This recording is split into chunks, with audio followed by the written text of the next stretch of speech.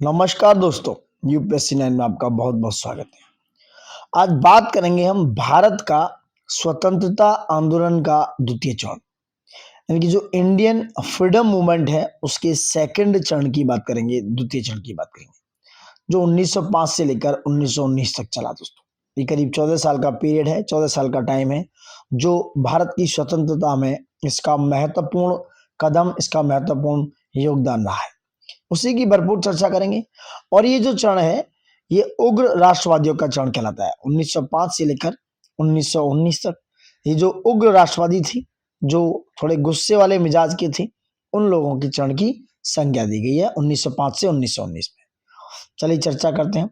सबसे पहले यही बात, एक रिक्वेस्ट सभी से यही होती है, लाइक शेयर सब्सक्राइब ज़्यादा से ज़्यादा करें, अपने दोस्तों तक एक बार आपको शेयर करना चाहिए ज़रूर, क्योंकि आप हमारे लिए थोड़ा सा तो प्रयास कर सकते हैं जितना हम आपके लिए कोशिश कर रहे हैं दोस्तों। सबसे रिक्वेस्ट है, आप प्लीज़ ज़्यादा से ज़्यादा शेयर कीजिए वीडियो को, जिससे हमें थोड़ा सा मोरल सपोर्ट और आपका प्यार मिलता रहे और हमारी आपकी फैमिली थोड़ी थोड़ी करके बढ़ती रहे दोस्तों। चलिए बात करते हैं उग्र राष्ट्रवादियों की। तो नरमपंथी राष्ट्रवादियों की राजनीति इस विश्वास पर आधारित थी कि ब्रिटिश शासन को अंदर से सुधारा जा सकता है। मतलब वो जानते थे, वो चाहते थे, उन्हें ऐसा लगता था कि जो ब्रिटिश शासन है उसको अंदर से सुधारा जा सकता है, प्रेयर करके, पिटीशन देके, रिफॉर्म करके उसको रिफॉर्म किया जा सकता है।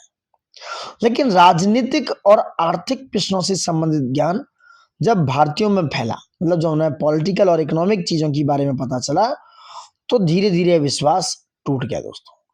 क्योंकि इस समय प्रारंभिक राष्ट्रवादी नेता जो थे, जिन्हें उदारवादी कहते थे, प्रारंभिक राष्ट्रवादी नेताओं, उदारवादी नेताओं की गतिविधियों के विरोध के फलस्वरूप कांग्रेस के भीतर एक नया गुट बनकर तैयार हो गया था। इस गर्म दल के नाम से जाना जाता है। जो गुट था उसे गर्म दल या उग्रवादी दल के नाम से जाना जाता है। और इस उग्रवादी नेताओं में, इस उग्रवादी दल में अरविंद घोष, लाला लाजपत राय, बिपिन चंद्र पाल, बाल गंगाधर तिलक आदि प्रमुख नेता हुआ करते थे। इन नेताओं ने उदारवादी नेताओं की नीतियों का बहिष्कार करके स्वराज प्राप्ति को अपना लक्ष्य घोषित किया।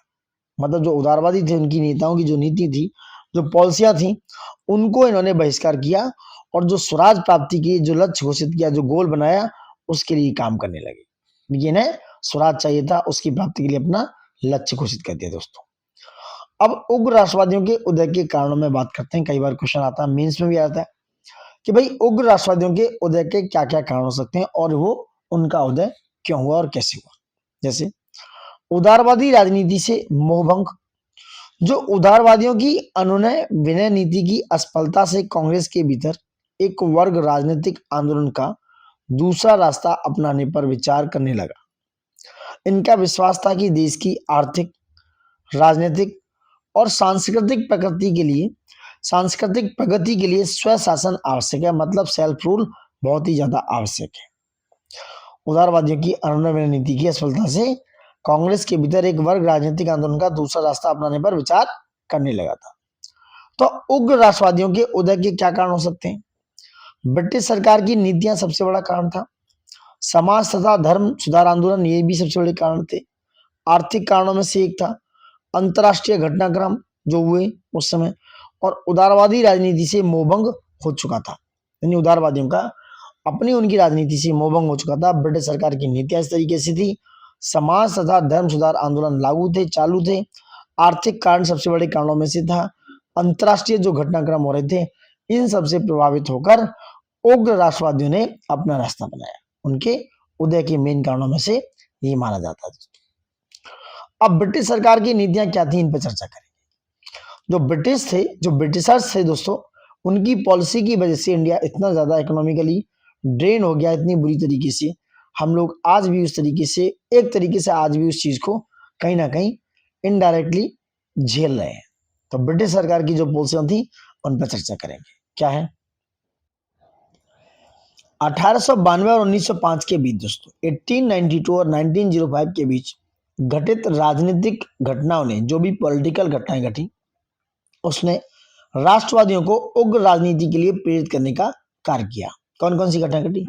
जैसे माना जाए तो 1892 का, 1892 का भारत भ्रष्टाचार अधिनियम आया, विश्वविद्यालय अधिनियम 1904 में आया, 1904 का इंडियन ऑफिशियल सीक्रेट्स एक्ट, यानी जैसे प्रेस की स्वतंत्रता पर प्रतिबंध लगा, ये 1904 में है।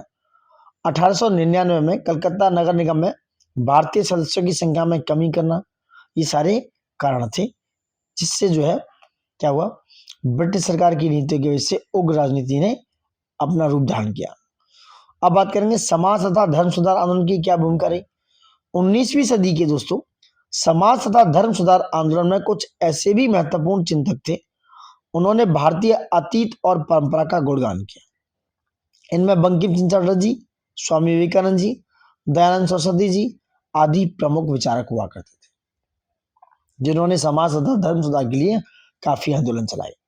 इन चिंतकों से उग्रवादी राजनीति की प्रेरणा मिली। जो ये चिंतक थे उन्होंने उग्रवादियों को राजनीति की प्रेरणा मिली इन चिंतकों से, चाहे वो बंकिम चंद्र चटर्जी जी रहे हो, स्वामी विवेकानंद जी रहे हो, चाहे वो दयानंद सरस्वती जी रहे हो। तो जो उग्रवादी थे, जो गुस्से वाले लोग थे, उन्हें राजनीति की प्रेरणा इन्हीं सब चिंतकों से मिली। दोस्तों भारत की बिगड़ती हुई आर्थिक स्थिति पर चर्चा करते हैं। 19वीं शताब्दी के अंतिम वर्षों में अकाल की घटनाएं बढ़ती गई, जिससे अपार जन और धन की हानि हुई। इसी समय कई बार प्लेग की बीमारी से लोगों की मृत्यु हुई, लेकिन इन परिस्थितियों से उबरने के लिए सरकार ने कोई ठोस कार्य नहीं किया। प्लेग के समय मानवीय दुर्व्यवहार बढ़ने से पूना के चापेकर बंधुओं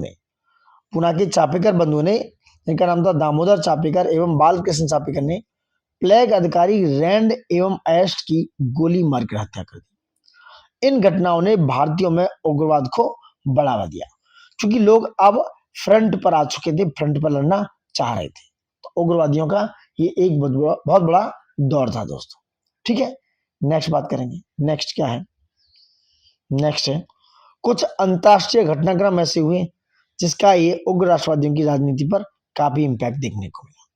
जैसे बात करें 1896 यानी कि 1896 में इथोपिया के हाथों इटली की पराजय, समझे आप, क्योंकि अंग्रेजों को हमेशा अमर विजेता बोला जाता था, लेकिन इथोपिया के हाथों इटली की पराजय और 1905 में जापान के हाथों रूस की पराजय ने न कि भारत बल्कि समस्त एशिया में एक नई ऊर्जा का प्रवाह किया। मतलब ये कह दिया कि जब रूस और इटली को हराया जा सकता है तो इन अंग्रेजों को भी भगाया जा सकता है। बंगाल विभाजन के समय कुछ गतिविधियां हुई। उदारवादी नेता स्वदेशी एवं बहिष्कार आंदोलन को केवल बंगाल तक सीमित रखना चाहते थे, जबकि उग्रवादी से देशव्यापी मतलब पूरा देश में पैन इंडिया चलाना चाहते थे। उग्रवादी नेता चाहते थे कि ये जो स्वदेशी आंदोलन का, बंगाल विभाजन का जो स्वदेशी एवं बहिष्कार आंदोलन है, ये पूरे देशव्यापी में, देश में पूरी तरीके से जोर शोर से चलना चाहिए। ये उग्रवादियों की विचार थे दोस्तों। अब उग्रवादियों की विचारधारा एवं गतिविधियों पर बात करते हैं। राष्ट्रीय आंदोलन के लगभग आरंभ से ही उग्र राष्ट्रवाद का एक गुट देश में मौजूद था दोस्तों। इसका प्रतिनिधित्व बंगाल में राजनारायण और अश्वनी कुमार दत्त तथा महाराष्ट्र में विष्णु शास्त्री चुपलंकर जैसे नेता कर रहे थे। इस विचारधारा के एक महत्वपूर्ण नेता थे बाल गंगाधर तिलक जी। तो बाल गंगाधर तिलक जी की बात करें, बाल गंगाधर तिलक भारत में उग्रवादी राजनीति के जीवंत प्रतीक बन गए। इन्होंने धर्म और संस्कृति का सहारा लेकर भारत में राष्ट्रवाद को प्रोत्साहित करने का प्रयास किया दोस्तों। किसने? बाल गंगाधर तिलक जी ने। ठीक है, तो तिलक जी ने दोस्तों 1893 ईस्वी में गणपति उत्सव तथा 1895, याद रखना, पहले गणपति उत्सव चलाया उन्होंने 1893 में, उसके बाद 1895 में शिवाजी उत्सव की शुरुआत की थी। ठीक है, शिवाजी उत्सव की शुरुआत की थी कब? 1895 में। Got it. तो पहले गणपति 1893 फिर 1895 में शिवाजी उत्सव की शुरुआत की थी।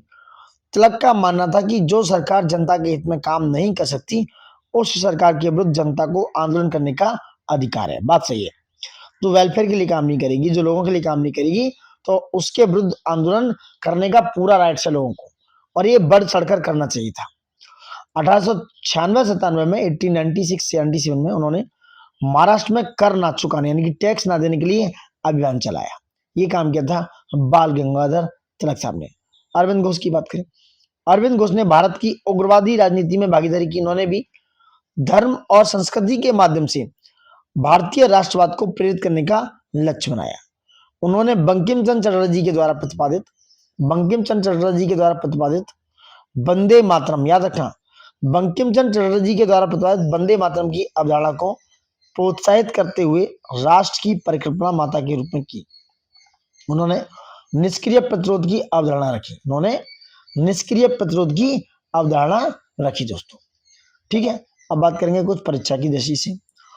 वह आंदोलन जिसके कारण भारतीय राष्ट्र कांग्रेस का विभाजन हुआ और परिणाम स्वरूप नरम दल और गरम दल का उद्भव हो गया था दोस्तों, यह स्वदेशी आंदोलन। किसकी वजह से? स्वदेशी आंदोलन की वजह से ऐसा हुआ। भारतीय राष्ट्र कांग्रेस पर प्रार्थना, याचना तथा विरोध की राजनीति करने का आरोप लगाया गया बाल गंगाधर तिलक ने। भारतीय राष्ट्रीय आंदोलन गर्मपंथियों के प्रभावाधीन आया 1906 के बाद। शेरे पंजाब के नाम से मशहूर थे लाला लाजपत राय। स्वराज मेरा जन्मसिद्ध अधिकार है, किसने कहा? बाल गंगाधर तिलक ने। गणपति उत्सव व शिवाजी उत्सव की शुरुआत किसने की? बाल गंगाधर तिलक ने। राष्ट्र शिक्षा की प्रभावी बनाने के लिए बंगाल राष्ट्र शिक्षा परिषद की स्थापना किसने की? सर गुरदास बनर्जी ने। लाला लाजपत राय ने अपने राजनीतिक गुरु माना था मैजनी को। स्वदेशी एवं निष्क्रिय प्रतिरोध के समर्थक थे अरविंद घोष। भारतीय अशांति के जनक के रूप में किससे जाना जाता है? लोकमान्य तिलक को। बाल गंगाधर तिलक को अशांति का जनक किसने कहा था? वैलेंटाइन रोल ने। बीजी तिलक को सजा के पश्चात दया की वकालत किसने की थी? मैक्स मुलर ने। यानी बाल गंगाधर तिलक को जब सजा हो चुकी थी उसके बाद दया की कि भाई थोड़ी सी दया दिखाओ, उसकी वकालत की थी मैक्स मुलर ने। वह मुसलमान जिसने महात्मा गांधी के साथ बाल गंगाधर तिलक की आरती उठाई वो थे शौकत अली। याद रखना, क्वेश्चन आए हुए हैं। मुसलमान थे जिन्होंने महात्मा गांधी के साथ बाल गंगाधर तिलक की आरती उठाई थी, दिस इज शौकत अली दोस्तों। Got it. अब बात करते हैं अपने थ्योरी वाली पार्ट में। अच्छा, जिसमें स्वदेशी बहिष्कार हो चुका था, ऊपर से हलाता हूं।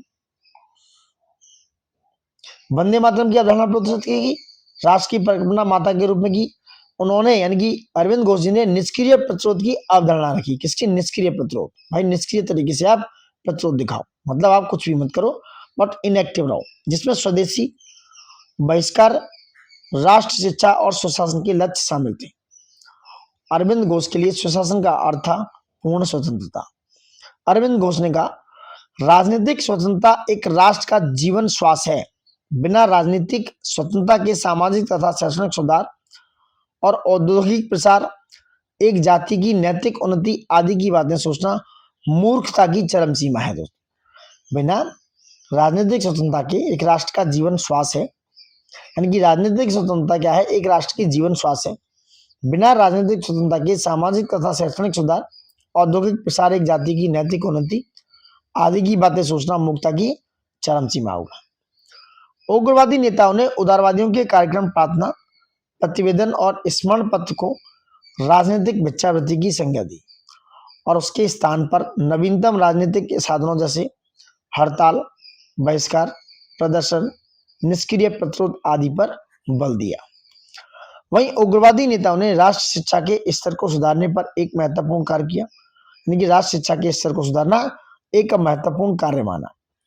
विपिन चंद्र पाल जी ने कहा राष्ट्र शिक्षा वह शिक्षा है जो राष्ट्रीय रूपरेखाओं के आधार पर चलाई जाए, जो राष्ट्र के प्रतिनिधियों द्वारा नियंत्रित हो और जिसका उद्देश्य राष्ट्र लक्ष्य की प्राप्ति हो। राष्ट्र शिक्षा की योजना के लक्ष्य को साकार करने के लिए सर गुरदास बनर्जी ने बंगाल में राष्ट्रीय शिक्षा परिषद एवं तिलक जी ने दक्षिण शिक्षा समाज की स्थापना की थी। ये क्वेश्चन आ सकता है, ये क्वेश्चन बन सकता है दोस्तों, सो प्लीज मिस मत करना। यानी कि राष्ट्रीय शिक्षा परिषद की स्थापना किसने? सर गुरदास बनर्जी ने बंगाल में, और वहीं दक्षिण शिक्षा समाज की स्थापना तिलक जी ने दक्षिण में यानी कि बॉम्बे में की थी। ठीक है, नेक्स्ट बात करेंगे कलकत्ता अधिवेशन। बाजू कलकत्ता अधिवेशन हुआ 1906 में, 1906 में कलकत्ता अधिवेशन हुआ दोस्तों। Got it.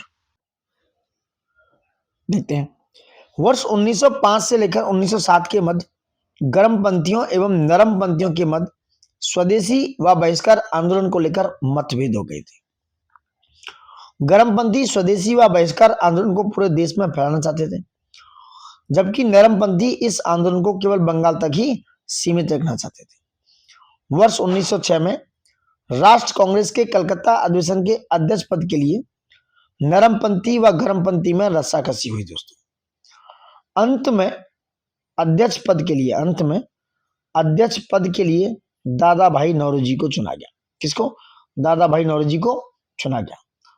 दादा भाई नौरोजी ने अपने अध्यक्षीय भाषण में कहा कि भारत के राष्ट्रीय आंदोलन का उद्देश्य स्वराज की प्राप्ति करना है। तो 1906 के अधिवेशन में जब रस्साकसी हुई उग्रपंथी और नरमपंथियों में, तो दादा भाई नौरोजी को अध्यक्ष चुन लिया गया था दोस्तों। अब बात करते हैं सूरत अधिवेशन 1907 की। राष्ट्रीय आंदोलन के दोनों भागों के मतभेदों को बहुत समय तक दबाकर नहीं रखा जा सका। 1907 के सूरत अधिवेशन में पुनः अध्यक्ष पद एवं स्थान निर्धारण को लेकर मतभेद हो गया।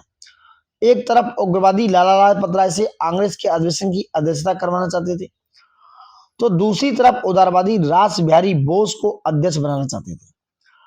अंत में इस अधिवेशन की अध्यक्षता रास बिहारी बोस ने की।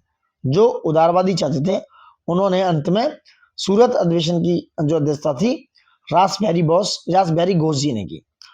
बंगाल विभाजन तथा उसके पश्चात कांग्रेस के अंदर नरमपंथी एवं गर्मपंथी के मध्य विरोध और तीव्र हो गया दोस्तों।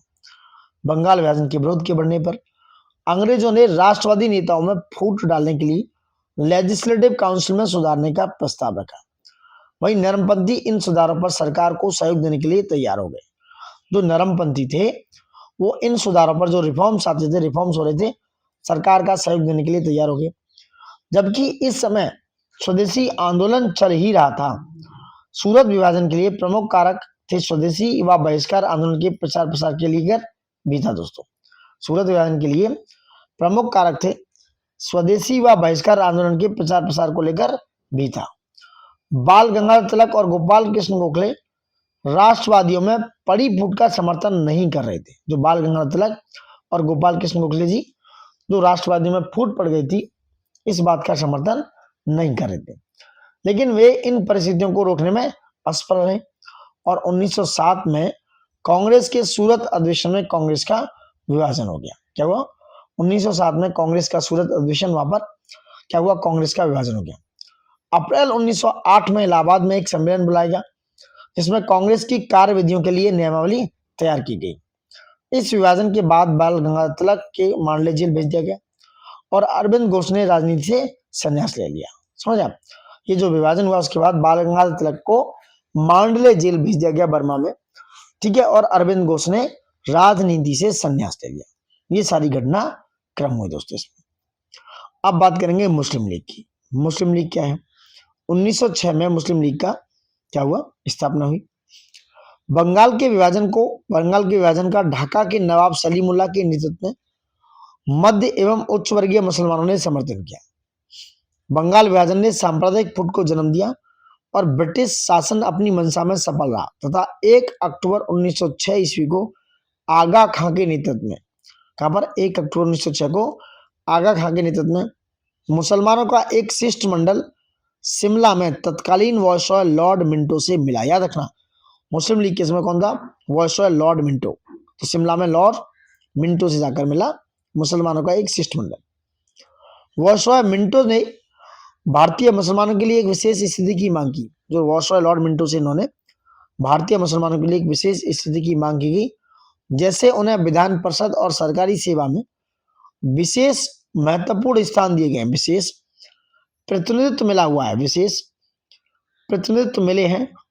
लॉर्ड मिंटो से आश्वासन मिलने के पश्चात 30 दिसंबर 1906 को ढाका के नवाब सलीमुल्लाह के नेतृत्व में मुस्लिम लीग का गठन कर लिया गया।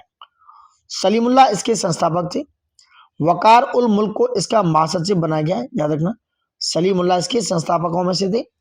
वकार उल मुल्क को इसका महासचिव बनाया गया तथा आगा खां को इसका अध्यक्ष चुना गया। मुस्लिम लीग ने आरंभ से ही ब्रिटिश राज पक्षधर की नीति अपना ली थी। आगे चलकर मुस्लिम लीग ने अमृतसर अधिवेशन 1908 में पृथक निर्वाचन मंडल की मांग प्रस्तुत की। तो मुस्लिम लीग ने अमृतसर अधिवेशन में क्या हुआ? 1908 में पृथक निर्वाचक मंडल की मांग प्रस्तुत की थी। और 1909 ईस्वी में लॉर्ड मिंटो के दबाव में मॉर्ले मिंटो सुधार में मुसलमानों के लिए पृथक निर्वाचन की व्यवस्था की गई दोस्तों। इस प्रकार ब्रिटिश साम्राज्यवाद ने भारतीय राजनीति में विभाजन का बीज बोने का पूरी तरीके से प्रयास किया था लॉर्ड मिंटो वाले 1909 के सांप्रदायिक विचारों से दोस्तों। ठीक है, वो यही चाहते थे। परीक्षा की दृष्टि से देखते हैं कुछ इंपोर्टेंट क्या है। भारतीय राष्ट्र कांग्रेस के 1905 के बनारस अधिवेशन के अध्यक्ष थे गोपाल कृष्ण गोखले। 1906 में कलकत्ता अधिवेशन की अध्यक्षता किसने की? दादा भाई नौरोजी ने। कांग्रेस ने स्वराज का प्रस्ताव पारित किया 1905 में। स्वराज शब्द का प्रयोग सर्वप्रथम किसने किया? दयानंद सरस्वती ने। भारत में ग्रैंड ओल्ड मैन के नाम से किसे जाना जाता है? दादा भाई नौरोजी को। ब्रिटिश पार्लियामेंट में चुना जाने वाला प्रथम भारतीय था दादा भाई नौरोजी। नरम दल और गरम दल के रूप में भारतीय राष्ट्र कांग्रेस का विभाजन हुआ सूरत अधिवेशन में। 1907 के सूरत अधिवेशन की अध्यक्षता किसने की? रासबिहारी बोस ने। किसने? रासबिहारी घोष ने। भारतीय राष्ट्र कांग्रेस का प्रथम विभाजन हुआ 1907 में। भारतीय राष्ट्र कांग्रेस के विभाजन को रोकने का प्रयास किया बाल गंगाधर तिलक ने। किसने प्रयास किया? बाल गंगाधर तिलक ने भारतीय राष्ट्र कांग्रेस के विभाजन को रोकने का भरपूर प्रयास किया। ठीक है, अब आ जाते हैं अहरहार आंदोलन। अहरहार आंदोलन पे, ये इंपोर्टेंट है दोस्तों, यहाँ से ऐसे क्वेश्चन आते हैं और डेट्स भी याद रखना। तो अहरहार आंदोलन हुआ 1906 में। बंगाल के राष्ट्रवादी मुसलमानों द्वारा शुरू किया गया था। प्रमुख नेता थे इसमें मौलाना मोहम्मद अली, हकीम अजमल खां, मौलाना जफर अली खां और हसन इनाम। ये आदि नेता अहरहार आंदोलन 1906 में सम्मिलित थे।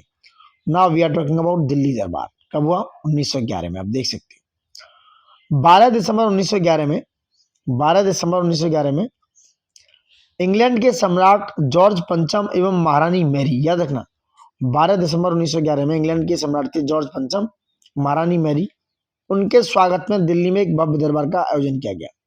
इस समय भारत का वायसराय लॉर्ड होर्डिंग द्वितीय था। याद रखना कौन था? लॉर्ड होर्डिंग द्वितीय इस समय वायसराय हुआ करते थे जब दिल्ली दरबार लागू हुआ। यहाँ से देखो यूपीपीसीएस का जो अभी एक एग्जाम हुआ है 2025 में 12 अक्टूबर को, यहाँ से क्वेश्चन आए हुए हैं दोस्तों। Got it? चलिए बात करते हैं। अब इसके प्रमुख निर्णय देखो क्या थे। बंगाल विभाजन को रद्द कर दिया गया, सेम क्वेश्चन आया हुआ था पीसीएस में। भारत की राजधानी को कलकत्ता से दिल्ली स्थानांतरित करने की घोषणा की गई। यहां से डिक्टो क्वेश्चन है, आप देख सकते हो जाकर। बात करें लखनऊ समझौता 1916 में। 1915 में हुए कांग्रेस के वार्षिक अधिवेशन में बाल गंगाधर तिलक एवं एनी बेसेंट के प्रयासों की वजह से दोस्तों गर्म दल व नरम दल को पुनः एक साथ लाने पर सहमति बनी। 1916 में लखनऊ सम्मेलन के कांग्रेस के अधिवेशन में, कांग्रेस के अधिवेशन की अध्यक्षता, लखनऊ वाले की अध्यक्षता अंबिका चरण मजूमदार कर रहे थे दोस्तों। तो अधिवेशन की अध्यक्षता अंबिका चरण मजूमदार तथा मुस्लिम लीग की अध्यक्षता जिन्ना ने की। इसी अधिवेशन में गर्मपंथियों की कांग्रेस में पुनर्वापसी हुई दोस्तों। जो लखनऊ अधिवेशन था, इसी अधिवेशन में जो गर्मपंथी थे उनकी कांग्रेस में वापसी हुई। पॉइंट। नेक्स्ट बात करेंगे। इसी अधिवेशन में कांग्रेस और मुस्लिम लीग दोनों ने निर्णय लिया कि अगले वार्षिक अधिवेशनों को एक ही समय पर आयोजित किए जाएंगे। इस अधिवेशन में दोनों दलों ने संवैधानिक सुधारों के लिए संयुक्त योजना तैयार की।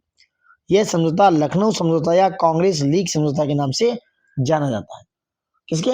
लखनऊ समझौता या कांग्रेस लीग समझौता के नाम से जाना जाता है।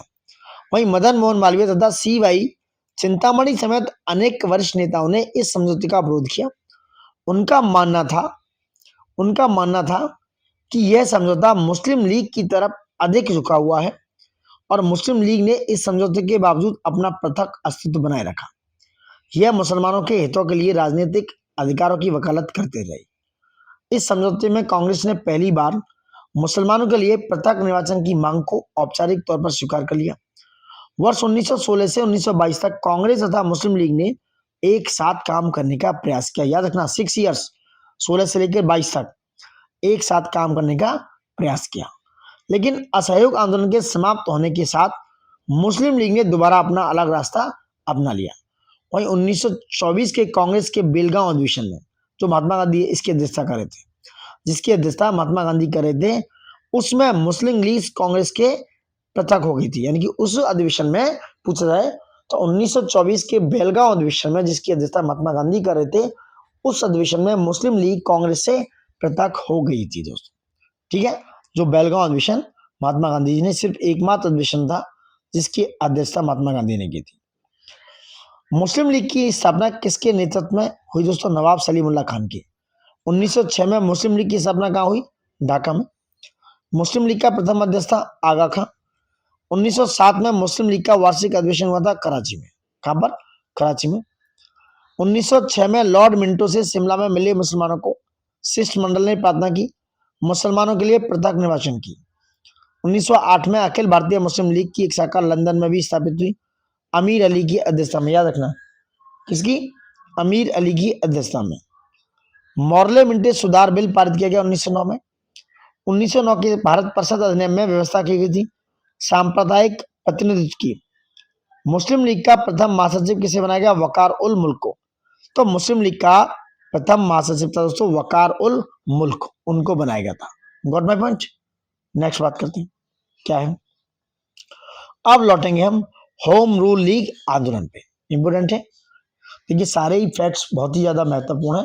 ये आपके एग्जाम्स के लिए इतने ज्यादा महत्वपूर्ण है दोस्तों कि आप सोच नहीं सकते। इसलिए प्लीज ज्यादा से ज्यादा लाइक शेयर सब्सक्राइब करें, क्योंकि एग्जाम में आपके लिए बहुत ही ज्यादा हेल्पफुल होने वाला है। ठीक है, चलिए आगे बात करेंगे क्या है होम रूल लीग। क्या है? 1914 में एनी बेसेंट तथा बाल गंगाधर तिलक ने दोस्तों राष्ट्र आंदोलन को नई दिशा देने के लिए आयरलैंड की तर्ज पर भारत में स्वशासन की मांग को तेज करने के लिए होम रूल आंदोलन चलाने का निर्णय लिया। वहीं 8 मई 1915 को जोसेफ बैप्टिस्टा की अध्यक्षता में राष्ट्रवादियों का पूना में एक सम्मेलन हुआ, जिसमें बैप्टिस्टा ने राजनीति में तिलक के पुनः प्रवेश का स्वागत किया तथा होम रूल लीग की स्थापना का सुझाव दिया। ठीक है, 1 मई 1916 को बेलगांव में जनसभा को संबोधित करते हुए तिलक ने होम रूल लीग की स्थापना की जानकारी दी। वहीं जोसेफ बैप्टिस्टा इसके अध्यक्ष थे तथा एनसी केलकर इसके सचिव बने। दोस्तों तिलक के होम रूल का कार्यक्षेत्र था, याद रखना इंपोर्टेंट है, आया हुआ है कर्नाटक, महाराष्ट्र, बंबई को छोड़कर मध्य प्रांत और बरार था। इस आंदोलन के दौरान तिलक ने क्षेत्रीय भाषा में शिक्षा देने तथा भाषाई राज्यों की मांग को स्वराज की मांग से जोड़ दिया था।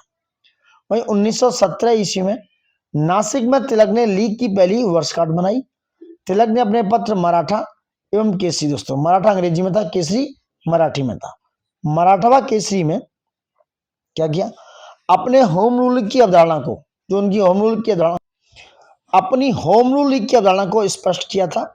इसके अनुसार, इनके अनुसार स्वराज से आशय था कि ब्रिटिश नौकरशाही की जगह ब्रिटिश साम्राज्य के अंतर्गत भारतीय जनता के प्रति उत्तरदायी शासन था। इन्होंने नारा दिया, स्वराज मेरा जन्मसिद्ध अधिकार है और इसे मैं लेकर रहूंगा। सितंबर 1916 में एनी बेसेंट ने मद्रास में Akhil Bharatiya home rule league की स्थापना की। इन्होंने जॉर्ज अर्नडेल को लीग का सचिव बनाया। इस आंदोलन में प्रमुख सहायक नेता थे सुब्रमण्यम अय्यर, मोतीलाल नेहरू, तेज बहादुर सप्रू आदि थे।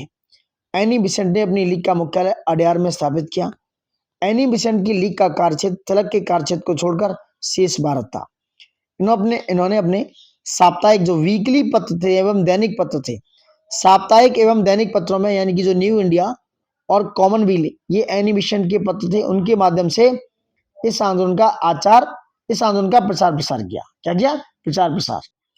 धीरे धीरे होम रूल आंदोलन की लोकप्रियता बढ़ती गई और इस लीग में आगे चलकर मदन मोहन मालवीय, जवाहरलाल नेहरू, बी चक्रवर्ती, जे बनर्जी, लाला लाजपत जैसे प्रमुख नेता शामिल हुए। इस आंदोलन के बढ़ते प्रभाव के कारण एनी बेसेंट को गिरफ्तार कर लिया गया। इस गिरफ्तारी के विरोध में सुब्रमण्यम अय्यर ने अपनी नाइट की उपाधि को त्याग दिया। याद रखना इंपोर्टेंट है। अंत में ब्रिटिश सरकार ने वर्ष 1917 ईस्वी में मॉन्टेग्यू घोषणा में भारत को एक उत्तरदायी रिस्पॉन्सिबल शासन प्रदान करने की बात कही।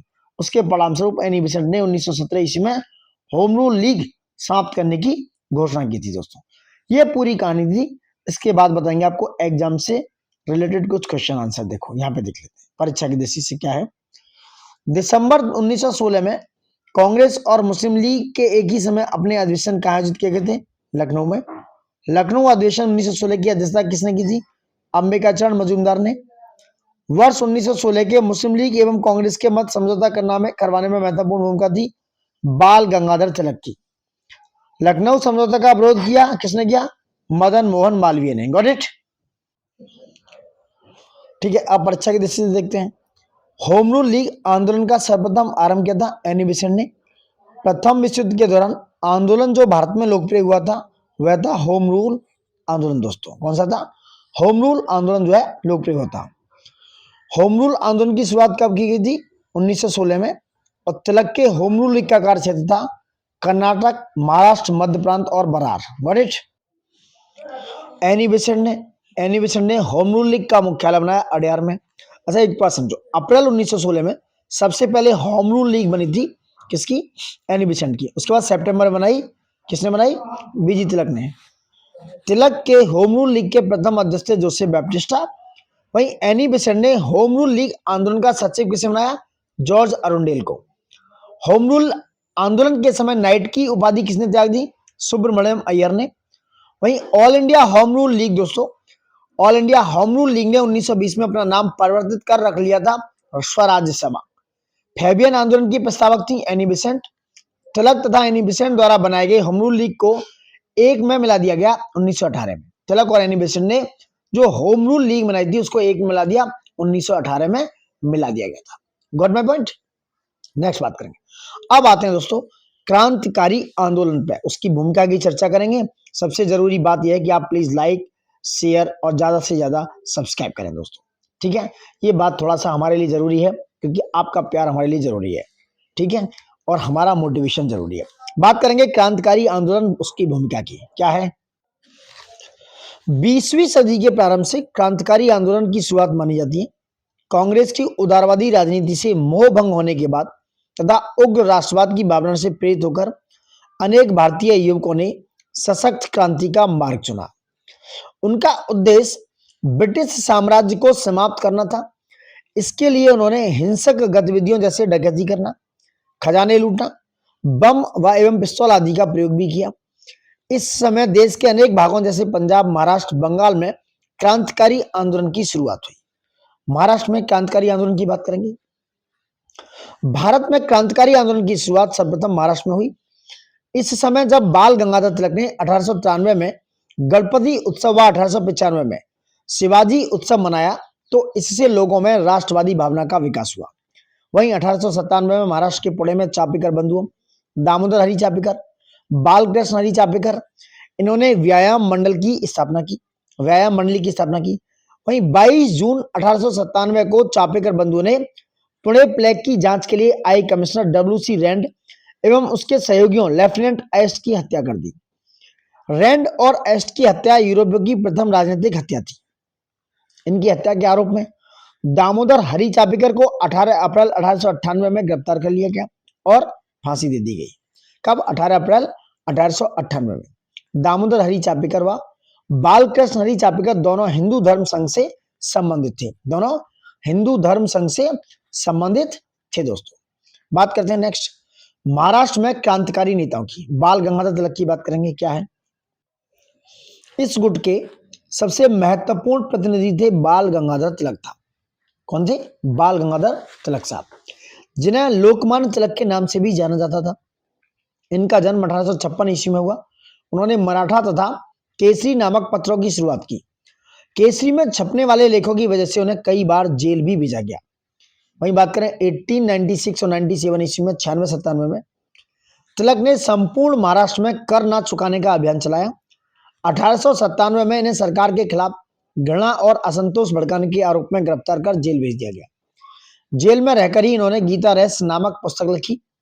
वहीं वैलेंटाइन सिरोल ने इन्हें भारतीय अशांति का जन्मदाता कहा था दोस्तों। किसने? वैलेंटाइन सिरोल ने। Got it. बात करें बी.डी. सावरकर, विनायक दामोदर सावरकर की बात कर रहे हैं।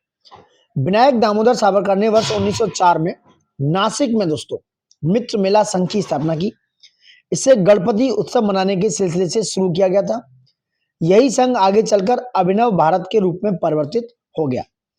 इसकी शाखाएं महाराष्ट्र के अलावा मध्य प्रदेश व कर्नाटक में भी खोली गई। अभिनव भारत दोस्तों, अभिनव भारत संस्था के तहत ही पांडुरंग महादेव बापट को बम बनाने की कला सीखने के लिए पेरिस भेजा गया था। वहीं 21 दिसंबर 1909 को अनंत लक्ष्मण कन्हारे के नासिक के जिला मजिस्ट्रेट थे जैक्सन, उनकी हत्या कर दी। 21 दिसंबर 1909 को अनंत लक्ष्मण कन्हारे ने नासिक के जिला मजिस्ट्रेट जैक्सन की हत्या कर दी। जैक्सन की हत्या के अभियोग में अनंत लक्ष्मण कनारे, कृष्णजी गोपाल कर्वे तथा विनायक देश पांडे को 19 अप्रैल 1910 को फांसी दे दी गई। 19 अप्रैल 1910 को फांसी दे दी गई। ये डेट्स बहुत जरूरी है, याद रखना दोस्तों। इसी केस के संदर्भ में विनायक दामोदर सावरकर सहित 38 व्यक्तियों को दोषी पाया गया और भारत राष्ट्रवादियों को प्रेरित करने के उद्देश्य से सावरकर ने मैजनी की जीवनी लिखी। तो वीडी सावरकर ने किसकी? मैजनी की, जो इटली के थे, उनकी जीवनी लिखी। और सावरकर ने भारत का स्वतंत्रता संग्राम 1857 नामक पुस्तक की लिखी दोस्तों। तो वीडी सावरकर ने भारत का स्वतंत्रता संग्राम 1857 नामक पुस्तक भी लिखी थी।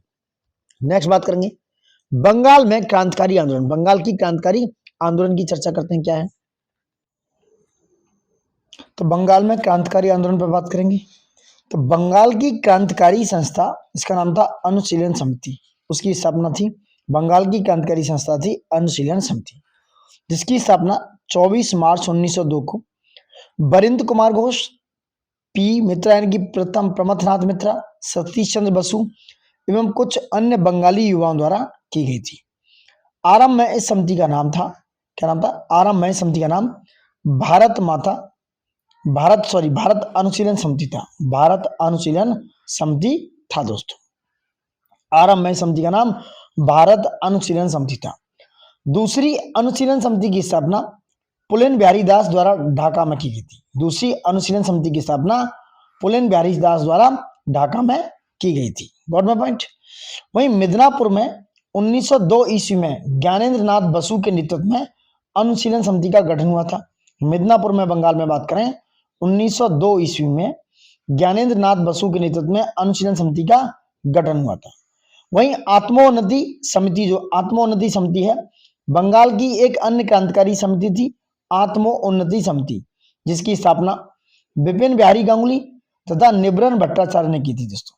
जो आत्मोन्नति समिति थी, बंगाल की एक अन्य क्रांतिकारी समिति हुआ करती थी, जिसकी स्थापना विपिन बिहारी गांगुली तथा निबरन भट्टाचार्य ने की थी दोस्तों। मराठी विद्वान थे जिसका नाम था सखाराम देउस्कर। मराठी के जो स्कॉलर थे जिनका नाम था सखाराम देउस्कर, इस संस्था के एक प्रमुख सदस्य थे, जो बंगाल और महाराष्ट्र के क्रांतिकारियों के बीच कड़ी का काम करते थे। एक बीच में कड़ी थे, वो उसका काम करते थे, यानी इनको जोड़ते थे। बंगाल में क्रांतिकारी आंदोलन का नेतृत्व अरविंद घोष के छोटे भाई, जिनका नाम था बरिंद्र कुमार घोष व भूपेंद्र दत्त ने किया दोस्तों। 1906 में दोनों ने मिलकर अनुशीलन समिति की स्थापना की। कब? 1906 ईस्वी में अनुशीलन समिति की स्थापना कलकत्ता में की थी। इस समय दोनों ने क्रांतिकारी राष्ट्रवाद की भावना के विस्तार के लिए युगांतर नामक समाचार पत्र का भी प्रकाशन किया। अनुशीलन समिति का प्रमुख उद्देश्य युवाओं को यह बताना था कि स्वाधीनता के लिए लड़ना उनका धर्म है। 1905 ईस्वी में बरिंद्र कुमार घोष ने भवानी मंदिर नामक पुस्तक प्रकाशित की। याद रखना 1905 में बरिंद्र कुमार घोष ने भवानी मंदिर नामक पुस्तक प्रकाशित की। इसमें क्रांतिकारी राजनीति के मूल आधार की चर्चा की गई है। इन्होंने क्रांतिकारी राजनीति पर आधारित दूसरी पुस्तक, जिसका नाम था वर्तमान रणनीति, लिखी। इस पुस्तक में युवाओं के लिए फौजी शिक्षा व युद्ध कौशल को आवश्यक बताया गया दोस्तों। युद्ध के लिए इस पुस्तक में युवाओं के लिए फौजी शिक्षा व युद्ध कौशल को आवश्यक बताया गया है। चलिए बात करते हैं नेक्स्ट क्या हो सकता है। बाल गंगाधर तिलक का जन्म कब हुआ? 1856 ईस्वी में। याद रखना बाल गंगाधर तिलक का जन्म 1856 ईस्वी में हुआ था। परीक्षा की दृष्टि से देख रहा था मैं, कुछ छूट रहा तो नहीं है। तो बाल गंगाधर तिलक का जन्म हुआ 1856 ईस्वी में। बाल गंगाधर तिलक की प्रसिद्ध पत्रिकाएं थी मराठी व केसरी, मराठा व केसरी। मराठा किसमें थी? मराठा दो अंग्रेजी में थी, केसरी मराठी में थी दोस्तों। महाराष्ट्र में कर न चुकाने के लिए आंदोलन किसने किया? बाल गंगाधर तिलक साहब ने। और गीता रहस्य नामक पुस्तक किसने लिखी? बाल गंगाधर तिलक ने। भारतीय अशांति का जन्मदाता किसे कहा जाता है? बाल गंगाधर तिलक को। मित्र मेला संघ की स्थापना किसने की? विनायक दामोदर सावरकर ने। अभिनव भारत नामक संस्था की स्थापना कब हुई? 1904 ईस्वी में। 1905 में क्रांतिकारी संगठन था जिसका नाम था अभिनव भारत, उसको संगठित किया गया था महाराष्ट्र में 1905 में। याद रखना क्रांतिकारियों के एक गुप्त समाज अभिनव भारत के गठन किया गया था वीडी सावरकर ने। वहीं 1896-97 में पूना में व्यायाम मंडल की स्थापना किसने की? ये थी चापेकर बंधुओं ने पूना में व्यायाम मंडल की स्थापना की थी। Got my point. नेक्स्ट बात हो गया, आगे बात करते हैं। इस समय दोस्तों अनेक पत्र पत्रिकाओं ने जैसे संध्या यानी कि ब्रह्म बांधव उपाध्याय, वंदे मातरम, अरविंद घोष आदि ने क्रांतिकारी आंदोलन के विस्तार की सहायता की। इस समय अनेक पत्र पत्रिकाओं ने जैसे संध्या यानी कि ब्रह्म बांधव उपाध्याय, वंदे मातरम, अरविंद घोष आदि ने क्रांतिकारी आंदोलन के विस्तार में सहायता की। युगांतर समिति ने क्रांति को प्रभावी बनाने के लिए बम बनाने एवं कुख्यात ब्रिटिश अधिकारियों की हत्या करने का प्रयास किया था। किसने?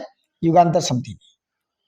हेमचंद्र कानूनगो ने रूस से प्रशिक्षण प्राप्त कर कलकत्ता के मणिक तल्ला में उल्लासकर दत्त के सहयोग से बम बनाने के लिए एक कारखाना खोला दोस्तों। कहां पर?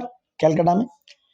क्रांतिकारी गतिविधियों के संचालन के लिए 1907 ईस्वी में बरेंद्र घोष ने मणिक तल्ला पार्टी बनाई दोस्तों। किसने? बरेंद्र घोष ने मणिक तल्ला पार्टी। वहीं 1908 ईस्वी में खुदीराम बोस एवं प्रफुल्ल चाकी ने मुजफ्फरपुर के भ्रष्ट जज किंग्सफोर्ड की हत्या करने का असफल प्रयास किया। इस घटना के बाद प्रफुल्ल चाकी ने स्वयं को गोली मारकर आत्महत्या कर ली तथा खुदीराम बोस को गिरफ्तार कर 18 वर्ष की अल्प आयु में फांसी दे दी गई। इस तरह खुदीराम बोस सबसे कम उम्र में फांसी की सजा पाने वाले क्रांतिकारी थे। मई 1908 में कलकत्ता के अलीपुर अदालत में 34 व्यक्तियों को अवैध शस्त्र रखने के कारण पेश किया गया था और यही मुकदमा अलीपुर षड्यंत्र केस के नाम से जाना जाता है। इस केस में अरविंद घोष, बरेंद्र घोष, उल्लासकर दत्त, हेमचंद दास, उपेंद्र बनर्जी, विभूति भूषण सरकार, शिशिर कुमार घोष, निरापद राय ये प्रमुख आरोपी हुआ करते थे। अलीपुर षड्यंत्र केस में उचित साक्ष्य के अभाव में अरविंद घोष को रिहा कर दिया गया। वहीं चितरंजन दास ने अलीपुर षड्यंत्र केस में अरविंद घोष का बचाव किया था। इस मुकदमे के दौरान कन्हैयालाल दत्त और सत्येंद्रनाथ बोस द्वारा क्या किया गया? सरकारी गवाह नरेंद्र गोसाई की जेल में, इंपोर्टेंट है, सरकारी गवाह थे जिनका नाम था नरेंद्र गोसाई, उनकी जेल में हत्या कर दी गई। इसके लिए दोनों को फांसी की सजा मिली। बंगाल के रास बिहारी बोस ने राजधानी परिवर्तन के समय लॉर्ड होर्डिंग सेकंड की हत्या का, किसका? लॉर्ड होर्डिंग सेकंड की हत्या के षड्यंत्र की योजना बनाई। लॉर्ड होर्डिंग सेकंड की हत्या से संबंधित मुकदमा जो है कहां पर चलाएगा? दिल्ली षड्यंत्र केस के नाम से जाना जाता है। तो जो लॉर्ड होर्डिंग सेकंड की हत्या से संबंधित मुकदमा है वो दिल्ली षड्यंत्र केस के नाम से जाना जाता है। इस केस में अवध बिहारी बोस, बसंत विश्वास, बाल मुकुंद तथा अमीर चंद्र को अंबाला जेल में फांसी दी गई थी दोस्तों। किस किस को? अवध बिहारी, बसंत विश्वास, बाल मुकुंद तथा अमीर चंद को। कहां पर? अंबाला, जो हरियाणा में पड़ता है। वहीं रास बिहारी बोस दोस्तों, रास बिहारी बोस गिरफ्तारी से बचने के लिए जापान चले गए, जहां उन्होंने अपनी क्रांतिकारी गतिविधियां जारी रखी, मतलब जीवन का संघर्ष किया उन्होंने, रास बिहारी बोस ने। अब एग्जाम की दृष्टि से देखते हैं क्या इंपोर्टेंट हो सकता है, चर्चा करते हैं इस पे। अनुशीलन समिति की स्थापना किसने की थी? पी मित्रा ने। अनुशीलन समिति की स्थापना की थी पी मित्रा ने। अनुशीलन समिति की स्थापना कब की गई थी? 1907 में। भवानी मंदिर नामक पुस्तक किसने लिखी? बरेंद्र घोष ने। किंग्सफोर्ड की हत्या का प्रयास कब किया गया था? 1908 में, 1908 में। वह व्यक्ति जिसने बड़ी बुद्धिमानी के साथ अलीपुर षड्यंत्र मामले में अरविंद घोष का बचाव किया, चितरंजन दास ने। लंदन में इंडियन होम रूल सोसाइटी का प्रारंभ किया गया, श्यामजी कृष्ण वर्मा ने। इंडियन होम रूल सोसाइटी स्थापित हुई थी 1905 में। गदर पार्टी का गठन किसने किया? लाला हरदयाल ने। गदर पार्टी की स्थापना हुई 1913 में। गदर आंदोलन की स्थापना की थी सोहन सिंह भागना ने। गदर पार्टी का पहला अध्यक्ष किसे चुना गया? सोहन सिंह भागना को। और गदर पार्टी की स्थापना हुई थी अमेरिका के सैन फ्रांसिस्को में। कहां पर? यूएसए के सैन फ्रांसिस्को में गदर पार्टी की स्थापना हुई थी। Got my point? नेक्स्ट बात करेंगे। अब आते हैं विदेशों में क्रांतिकारी आंदोलन पर। जो विदेशों में क्रांतिकारी आंदोलन हुए उसकी चर्चा करेंगे। क्रांतिकारी भारतीयों ने भारत के साथ ही विदेशी धरती पर अपने केंद्र स्थापित करने की अपनी गतिविधियां जारी रखी। विदेशी धरती पर दोस्तों, विदेशी धरती पर स्थापित होने वाली सबसे पुरानी संस्था थी श्यामजी कृष्ण वर्मा। उसके द्वारा स्थापित इंडियन होम रूल सोसाइटी थी। इसकी स्थापना लंदन में 1905 में की गई दोस्तों। कहां पर? लंदन में। श्यामजी कृष्ण वर्मा ने लंदन में भारतीयों के लिए इंडिया हाउस की स्थापना की। वहीं वीडी सावरकर, लाला हरदयाल तथा मदनलाल धिंगरा जो है, इन्होंने इंडिया हाउस के सदस्य थे दोस्तों। कौन कौन?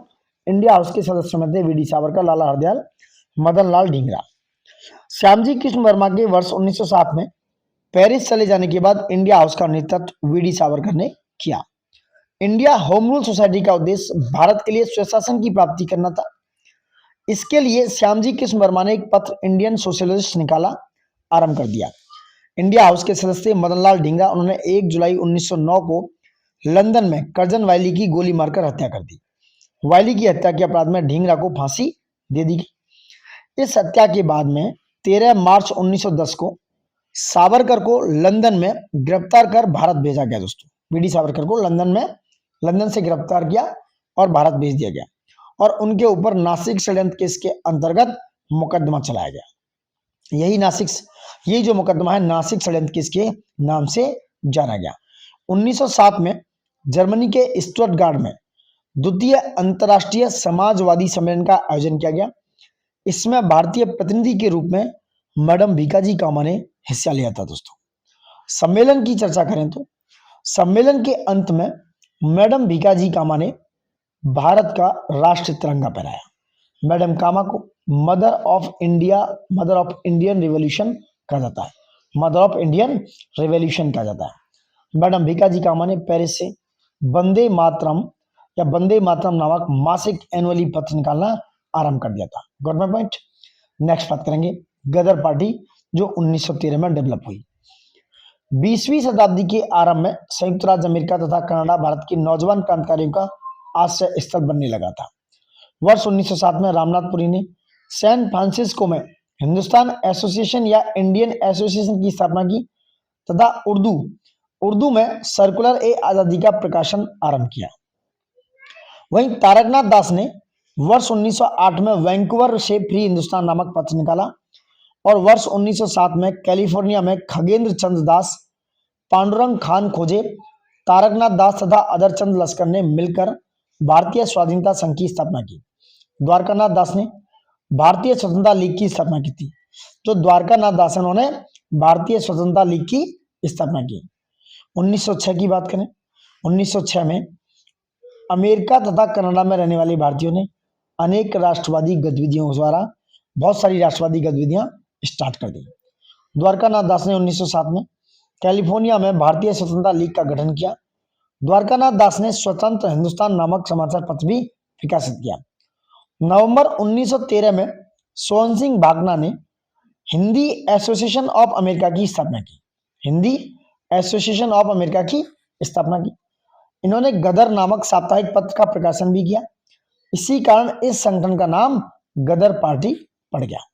गदर पार्टी का गठन 2 नवंबर 1913 गदर पार्टी का गठन 2 नवंबर 1913 में अमेरिका के सैन फ्रांसिस्को में किया गया। इसके संस्थापक अगर बात करें तो लाला हरदयाल थे, जबकि पार्टी का अध्यक्ष सोहन सिंह भागना को चुना गया। इस पार्टी के अन्य प्रमुख नेता थे रामचंद्र, रासबिहारी बोस, हरनाम सिंह एंड परमानंद सिंह। दोस्तों, बात करते हैं गदर पत्रिका की। क्या है गदर? एक साप्ताहिक पत्रिका का प्रथम अंक 1 नवंबर 1913 को उर्दू भाषा में प्रकाशित हुआ। जो गदर था उर्दू का पेपर था और इसका पहला अंक 1 नवंबर 1913 में प्रकाशित हुआ। दिसंबर 1913 से गदर पंजाबी यानी कि गुरमुखी तथा मई 1914 से गुजराती में भी प्रकाशित होना शुरू हुआ। वर्ष 1915 से यह साप्ताहिक यानी कि वीकली पत्र हिंदी में भी प्रकाशित होने लगा। दोस्तों, गदर का विशेष अंक स्पेशल इशू नेपाली, बंगाली, पश्तो, अंग्रेजी सहित अनेक भाषाओं में प्रकाशित हुआ। वहीं गदर पार्टी प्रथम विश्व युद्ध के समय स्थानीय क्रांतिकारियों एवं सेना की मदद से भारत में सशस्त्र विद्रोह कराना चाहती थी, लेकिन यह उद्देश्य सफल ना हो सका। दोस्तों, 1908 ईस्वी में अमेरिका में तारकनाथ दास एवं जीडी कुमार ने यूनाइटेड इंडिया हाउस की स्थापना की और तारकनाथ दास ने 1908 में कनाडा के वैंकूवर में फ्री हिंदुस्तान नामक पत्र निकाला और 1915 ईस्वी में राजा महेंद्र प्रताप ने अपने सहयोगियों जैसे बरकतुल्लाह के साथ राजा महेंद्र प्रताप जो है 1915 में अपने सहयोगियों लाइक बरकतुल्लाह के साथ काबुल में भारत की प्रथम अस्थायी यानी कि टेम्परेरी सरकार का गठन किया। इसे जर्मनी और रूस ने मान्यता भी दी थी। जो 1915 में राजा महेंद्र प्रताप के द्वारा और बरकतुल्लाह के द्वारा जो काबुल में सरकार बनाई गई थी, उसको जर्मनी और रूस ने मान्यता भी दी। राजा महेंद्र प्रताप सिंह ने जर्मनी के सहयोग से काबुल यानी कि अफगानिस्तान में अंतरिम सरकार का गठन किया, जिसके वे स्वयं राष्ट्रपति तथा बरकतुल्लाह को प्रधानमंत्री बनाया गया। भाई मंत्रिमंडल के दोस्तों, मंत्रिमंडल के अन्य सदस्यों में बात करें तो मंत्रिमंडल के अन्य सदस्यों में देखा जाए तो मौलाना अब्दुल्ला, मौलाना बशीर, सी पिल्ले, शमशेर सिंह, डॉक्टर मथुरा सिंह, खुदाबख्श तथा मोहम्मद अली प्रमुख थे। वहीं 1916 ईस्वी में बर्लिन में लाला हरदयाल ने भारतीय स्वतंत्रता समिति की स्थापना की। इसके अन्य सहयोगी सदस्य एस राणा, के आर बनेतवाल आदि थे। एस राणा और के आर बनेतवाल आदि थे। अब बात करेंगे कामागाटा मारू प्रकरण 1914 में। कामागाटा मारू दोस्तों एक जापानी जहाज था, याद रखना कहाँ था, जैपनीज जहाज था। इसे भारतीय मूल के गुरदत्त सिंह ने किराए पर लिया हुआ था। भारतीय मूल के गुरदत्त सिंह ने किराए पर लिया था। उस समय हांगकांग में उपस्थित लगभग 150 सिख कनाडा जाना चाहते थे, जो हांगकांग में थे, लेकिन कनाडा सरकार ने वैसे भारतीयों को कनाडा आने पर प्रतिबंध किया था, जो भारत से सीधे कनाडा जाना चाहते थे। नवंबर 1913 में कनाडा की सर्वोच्च अदालत ने एक निर्णय के तहत ऐसे 35 भारतीयों को कनाडा में प्रवेश की अनुमति दे दी, जो सीधे भारत से कनाडा नहीं आए थे। दोस्तों कनाडा के इस निर्णय से उत्साहित होकर लगभग 376 यात्रियों ने हांगकांग से वैंकूवर के लिए प्रस्थान किया। हांगकांग से वैंकूवर यानी कनाडा के लिए प्रस्थान किया, लेकिन जब जहाज वैंकूवर पहुंचा तो कनाडा सरकार ने उन्हें वहां उतरने से मना कर दिया। कनाडा में यात्रियों के अधिकार के लिए आवाज उठाने के लिए हुसैन रहीम, बलवंत सिंह, सोनलाल पाठक, उनके नेतृत्व में एक शोर कमेटी का गठन किया गया। अमेरिका में भगवान सिंह, बरकतुल्लाह, रामचंद्र वासुवन सिंह के नेतृत्व में कनाडा सरकार के खिलाफ आंदोलन चलाया गया और कनाडा सरकार के कठोर कार्रवाई के कारण जहाज को कनाडा की जल सीमा को छोड़ना पड़ा और जहाज को ब्रिटिश सरकार ने कलकत्ता आने का आदेश दिया।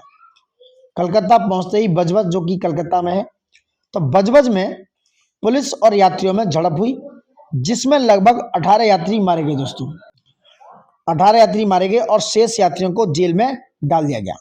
कितने? 18 यात्री मारे गए और शेष यात्रियों को जेल में डाल दिया गया। ठीक है, जेल में डाल दिए गए। अब बात करते हैं परीक्षा की दृष्टि से क्या इंपोर्टेंट है दोस्तों, आते हैं। चलिए,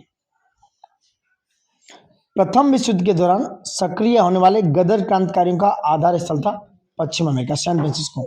जो वेस्ट अमेरिका है वहां पर ही, कौन सा है? West America. ठीक है, सैन फ्रांसिस्को। वह व्यक्ति जिसने विदेश में गणतंत्रात्मक सरकार की स्थापना की थी वह राजा महेंद्र प्रताप ने। भारतीय क्रांति की मां कहलाता मैडम भिकाजी कामा। वह महिला जिसने भारतीय तिरंगा सबसे पहले बनाया था भिकाजी कामा ने। Got it? ठीक है, तो मैडम भिकाजी कामा ने 1907 में प्रथम बार तिरंगा ध्वज फहराया था स्टुअर्टगार्ड में। कहां पर? स्टुअर्टगार्ड में। Got it? और वह व्यक्ति जिसे इंग्लैंड में अंग्रेज अधिकारियों की हत्या के आरोप में फांसी की सजा मिली वो थे मदनलाल ढींगरा तथा ऊधम सिंह को। इंडिपेंडेंस लीग की स्थापना की थी रासबिहारी बोस ने और यूनाइटेड इंडिया हाउस की स्थापना किसने की? तारकनाथ दास ने। दोस्तों भारतीय स्वतंत्रता लीग का गठन किया गया द्वारकानाथ टैगोर के द्वारा, द्वारकानाथ दास के द्वारा। दोस्तों किसके द्वारा? भारतीय स्वतंत्रता लीग का गठन द्वारकानाथ दास ने किया था। Got it? कुछ और देखते हैं परीक्षा की दृष्टि से। कामागाटा मारू प्रकरण कब हुआ? 1914 में। इंडियन सोशलिस्ट नामक पत्र प्रकाशित किया गया था श्यामजी कृष्ण वर्मा ने। स्वदेश सेवक गृह की स्थापना कहाँ की गई? कनाडा में। और भारतीय स्वतंत्रता समिति उसकी स्थापना किसने की? लाला हरदयाल ने। तोपा मारू कांड गठित हुआ 1914 में। और सिल्क पेपर षड्यंत्र किस वर्ष हुआ था? 1915 में। 1917 में आतंकवाद की घटनाओं की जांच के लिए किस कमीशन का गठन किया गया था? ये था रोलेट कमीशन। और आर्य बांधव समाज क्या था? क्रांतिकारी समिति थी एक आर्य बांधव समाज। दोस्तों गॉट माय पॉइंट?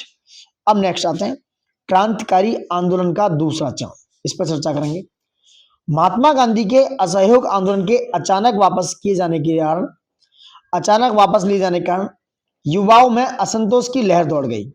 निराश युवा एक बार फिर से, जो निराश हो चुके थे युवा, एक बार फिर से क्रांतिकारी गतिविधियों में संलग्न हो गए।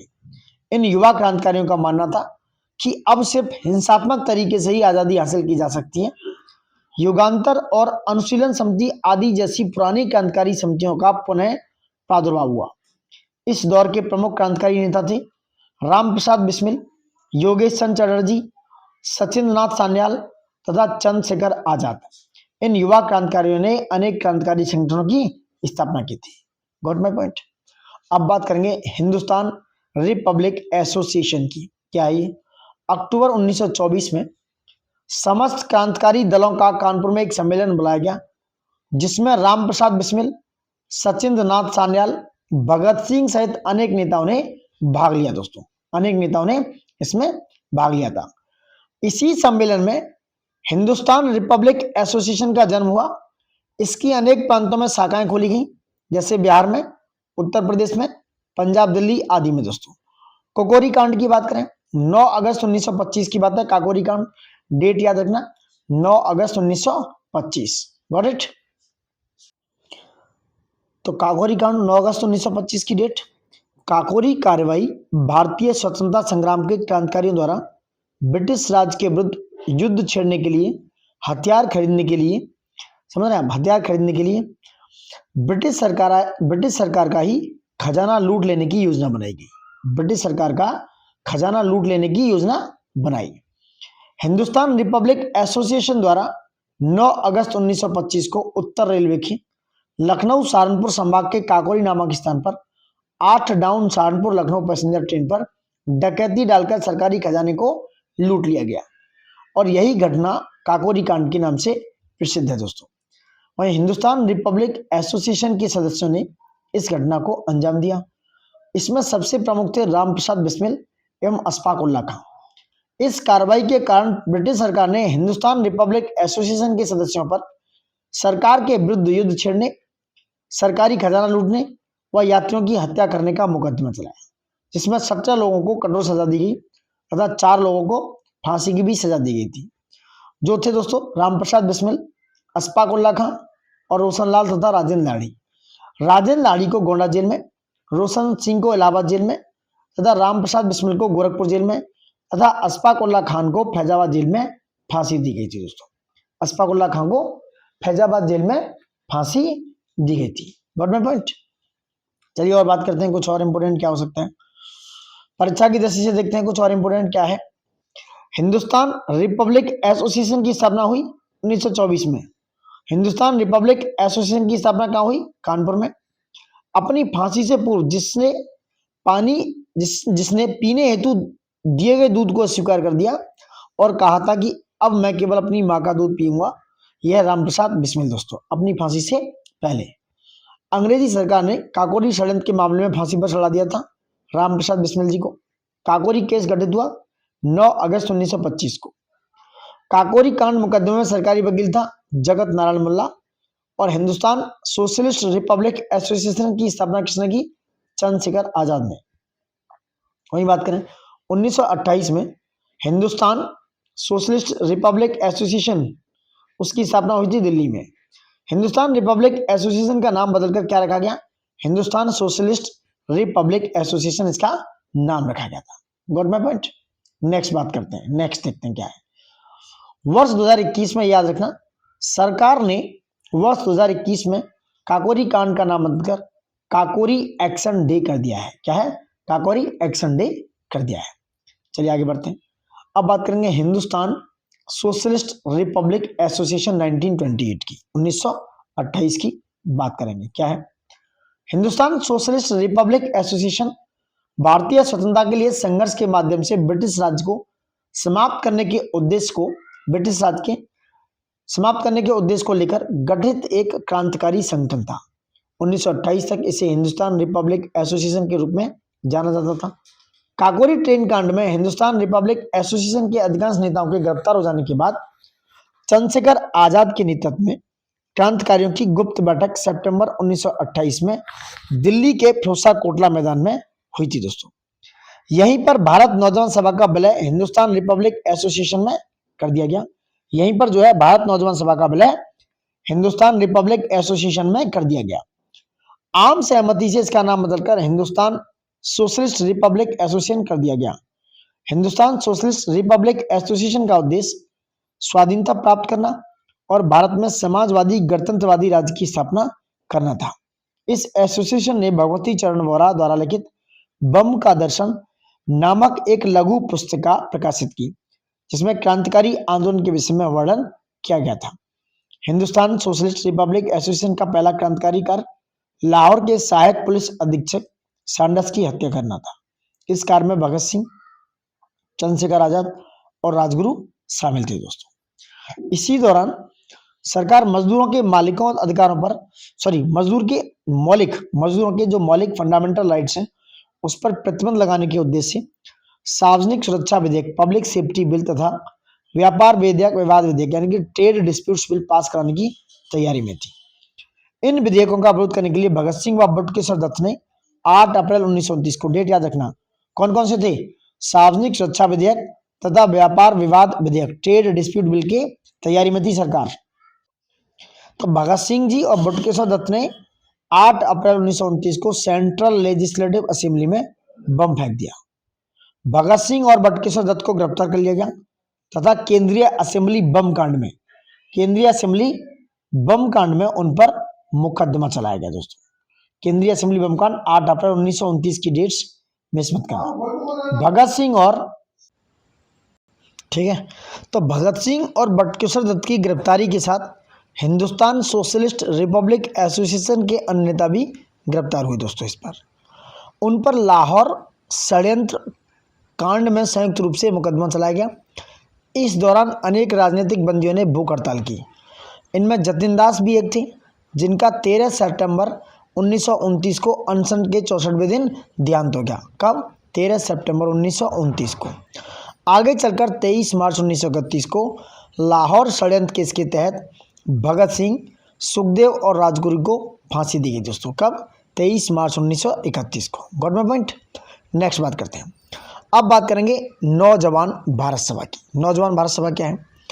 महान युवा विचारक क्रांतिकारी भगत सिंह ने ब्रिटिश सत्ता के विरुद्ध भारत के क्रांतिकारी आंदोलन को नया वैचारिक आधार देने और नए सिरे से संगठित करने के लिए अपने साथियों के साथ मिलकर वर्ष 1926 में पंजाब में नौजवान भारत सभा की स्थापना की। 1926 में पंजाब में नौजवान भारत सभा की स्थापना की।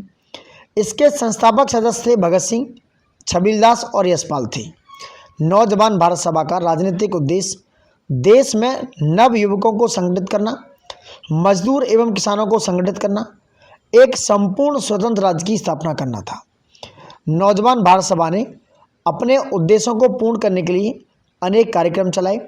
इसने रूस के साथ मित्रता सप्ताह तथा काकोरी दिवस मनाया दोस्तों। नौजवान भारत सभा ने वर्ष 1928 के साइमन कमीशन का बहिष्कार किया। इस सभा के प्रमुख नेता थे भगत सिंह, चंद्रशेखर आजाद, राजगुरु, जयपाल, छबीलदास और यशपाल आदि थे दोस्तों।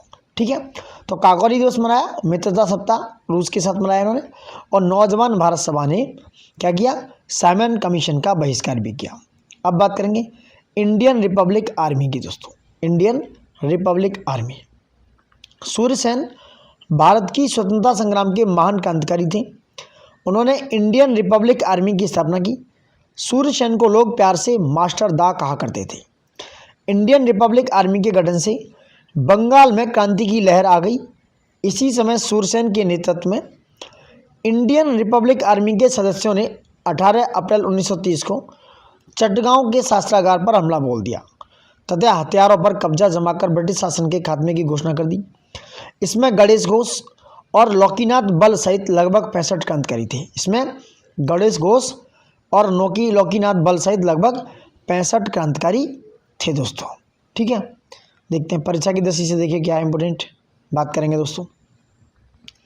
मुजफ्फर अहमद, एस.ए. डांगे, शौकत उस्मानी तथा नलिनी गुप्ता को किस षड्यंत्र के लिए कैद किया गया था? कानपुर बोल्शेविक षड्यंत्र कांड के तहत। इंडियन रिपब्लिक आर्मी की स्थापना कब की गई? 1930 में। इंडियन रिपब्लिक आर्मी के संस्थापक थे सूर्यसेन। सूर्यसेन का उपनाम क्या था? मास्टर दा।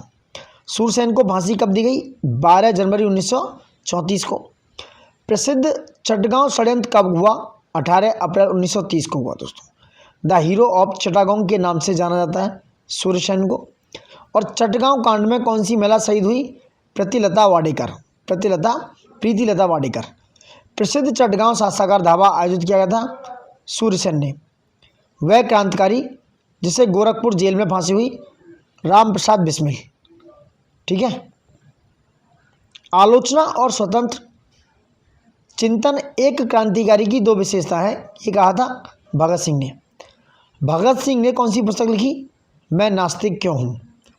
नौजवान भारत सभा की स्थापना कब और किसने की? 1926 में भगत सिंह ने। वीर भारत सभा के संस्थापक कौन थे? केसरी सिंह। विद्या प्रचारिणी सभा के संस्थापक कौन थे? विजय सिंह पथिक। विद्या प्रचारिणी सभा के संस्थापक थे विजय सिंह पथिक। दोस्तों गॉट माय पॉइंट। आगे बात करेंगे। वहीं इंडियन रिपब्लिक आर्मी के इस जंग में महिलाओं की सक्रिय भागीदारी थी। प्रीतिलता वाडेकर ने रेलवे इंस्टीट्यूट पर छापा मारा और कल्पना दत्त वर्ष 1930 में चटगांव शास्त्रागार अधिकार के समय सक्रिय भागीदारी रही। विक्टोरिया कॉलेज कोमिल्ला की दो छात्रा शांति घोष और सुनीति चौधरी ने जिला अधिकारी चार्ल्स गॉफ्री स्टीवंस की हत्या कर दी। जिला अधिकारी थे जिनका नाम था चार्ल्स गॉफ्री स्टीवंस, उनकी हत्या कर दी। बीना दास ने दीक्षांत समारोह में बंगाल के गवर्नर स्टैनली जैक्सन पर गोली चला दी और अंग्रेजों के चंगुल से बचने के लिए प्रीतिलता ने जहर खाकर मातृभूमि के लिए अपनी शहादत दे दी। दोस्तों जबकि कल्पना दत्त को आजीवन कारावास की सजा सुनाई गई। वहीं 16 फरवरी 1933 को सूर्य सेन को गिरफ्तार कर उन पर मुकदमा चलाया गया। सूर्य सेन को 16 फरवरी 1933 को गिरफ्तार करके मुकदमा चलाया गया। 12 जनवरी 1934 को उन्हें फांसी पर चढ़ा दिया गया। सूर्यसेन दामाश्रदा को 12 जनवरी 1934 को फांसी पर चढ़ा दिया गया। दोस्तों बात करते हैं क्रांतिकारी आंदोलन के दौरान क्रमवार घटित घटनाएं। देखिए अभिनव भारत की बात करेंगे। ये वर्ष 1904 में इसकी स्थापना हुई अभिनव भारत की और वी डी सावरकर ने इसकी स्थापना की थी। दोस्तों किसने? वी डी सावरकर ने। मित्र मेला संघ, इसकी स्थापना 1904 में वी डी सावरकर। अनुशीलन समिति 1907 में पी मित्रा के द्वारा इसकी, ये प्रमुख क्रांतिकारी थे। और किंग्स फोर्ड की हत्या 1908 में खुदीराम बोस और प्रफुल्ल चाकी ने। इंडियन होम रूल सोसाइटी 1905 में श्यामजी कृष्ण वर्मा ने इसकी स्थापना की। और करजन वैली की हत्या 1909 में मदनलाल ढींगरा इसके प्रमुख क्रांतिकारियों में से। गदर पार्टी की बात करें 1913, लाला हरदयाल इसके प्रमुख नेताओं में थे। लाला हरदयाल। दोस्तों नेक्स्ट बात करते हैं यूनाइटेड इंडिया हाउस की स्थापना 1908 में तारकनाथ दास और जी.डी. कुमार इसके संस्थापक थे। हिंद एसोसिएशन 1913 में लाला हरदयाल, सोहन सिंह भागना और हरिनाम सिंह ये इसके संस्थापक थे। और भारतीय स्वतंत्रता समिति की बात करें 1916, लाला हरदयाल इसकी बात हो रही है। भारत की प्रथम अस्थायी सरकार, इसकी बात करें 1915 में राजा महेंद्र प्रताप इसके कौन थे? अध्यक्ष, यानी राजा महेंद्र प्रताप इसके जो है संस्थापकों में से थे। कामाकाटा मारू, इसका प्रकरण 1914 में गुरदत्त सिंह इसके संस्थापक में से थे। हिंदुस्तान रिपब्लिक एसोसिएशन की बात करें 1924, सत्येंद्रनाथ सान्याल और योगेश चंद्र चटर्जी इसके संस्थापकों में से थे। काकोरी षड्यंत्र में कौन था? 1925 राम प्रसाद बिस्मिल, अस्फाकुल्ला, राजेंद्र लाड़ी और रोशन लाल, ये काकोरी कांड से रिलेटेड है। दोस्तों Hindustan Socialist Republic Association 1928 Chandrashekhar Azad इससे रिलेटेड थे। इसकी स्थापना किसने की? चंद्रशेखर आज़ाद ने। दोस्तों वहीं बात करें सेंट्रल लेजिस्लेटिव असेंबली बमकांड 1929, इसमें थे भगत सिंह और बटुकेश्वर दत्त। लाहौर षड्यंत्र मुकदमा 1929, इसमें थे भगत सिंह, राजगुरु और सुखदेव। दोस्तों नौजवान सभा की बात करें 1926, इसमें कौन थे? भगत सिंह, छबीलदास और यशपाल। और वहीं चटगांव आर्मी रेड 1930, इसमें कौन थे? सूरसेन। ये सारे लोग इसमें शामिल थे। ये सारी संस्थाएं क्रांतिकारी, जो जितनी भी संस्थाएं ये क्रांतिकारी प्रमुख क्रांतिकारी आंदोलन के दौरान क्रमवार या सीक्वेंस से क्या है एस्टेब्लिश की गई थी। दोस्तों ठीक है। नेक्स्ट बात होगी राष्ट्रीय आंदोलन का तीसरा चरण और इसी को कहते हैं गांधीवादी चरण 1990 से 1927 तक। Got my point. तो ये बहुत ही इंपॉर्टेंट है दोस्तों, इसलिए सबसे रिक्वेस्ट है, देखो बहुत ही इंपॉर्टेंट संस्था हैं जो घटित घटना है क्रांतिकारी आंदोलन के दौरान, यहाँ से हमेशा से क्वेश्चन आते जाते रहें, तो प्लीज़ मिस मत कीजिएगा। सबसे रिक्वेस्ट यही रहेगी, ज़्यादा से ज़्यादा लाइक करें, ज़्यादा से ज़्यादा वीडियो शेयर करें और ज़्यादा से ज़्यादा सब्सक्राइब करें, जिससे हमें थोड़ा मोरल सपोर्ट मिलता रहे। चलिए धन्यवाद, thank you for watching it and जय Hind, good luck to all of you.